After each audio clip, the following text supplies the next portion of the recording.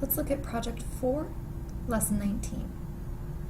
The path of a comet is a parabola described by the equation where the sun is at the focus of the parabolic path. The coordinates of the sun are 96 what?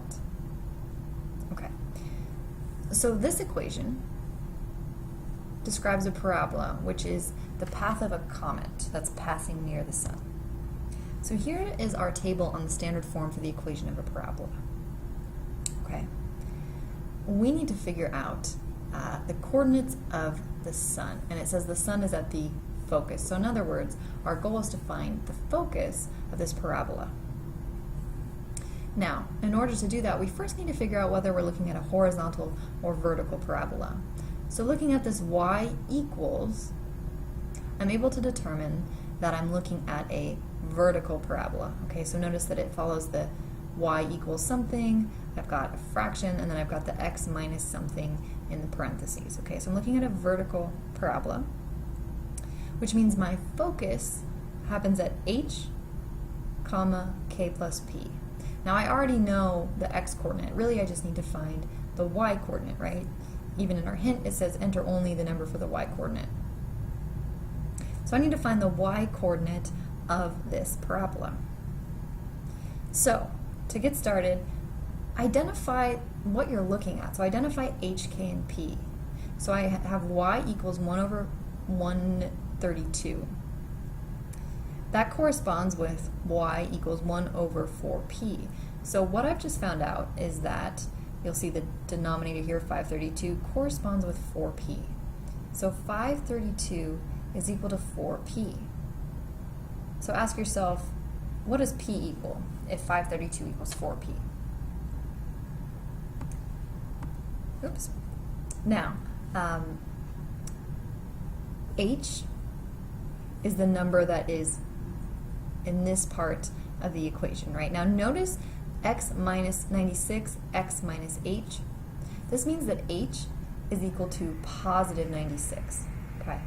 H is equal to positive 96. And k, if you look here, it says y minus k. In our version, we just have a y, nothing is being subtracted, which is the same thing as y minus 0. So k is 0. So I just helped with k and h. You need to figure out p, and once you do, you can plug in all three of those to this piece of information that describes the coordinates of the focus. Remember, all you have to do to find the y coordinate is take k plus p, and that is going to be your answer for this question. Question 2. What are the coordinates of the comet when it is at its closest point to the sun? So again, remember the sun is at the focus, and remember we decided we're looking at a vertical parabola.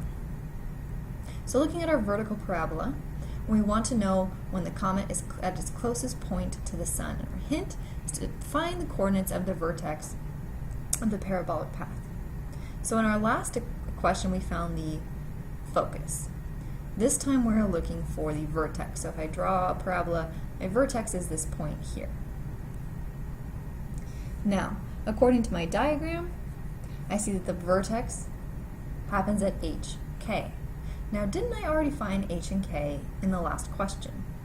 Remember, I find them simply by comparing the equation I'm given to the standard equation.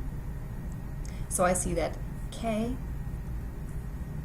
comes from this piece y minus k, and I see that h comes from this piece x minus h. Okay, be careful with your signs here.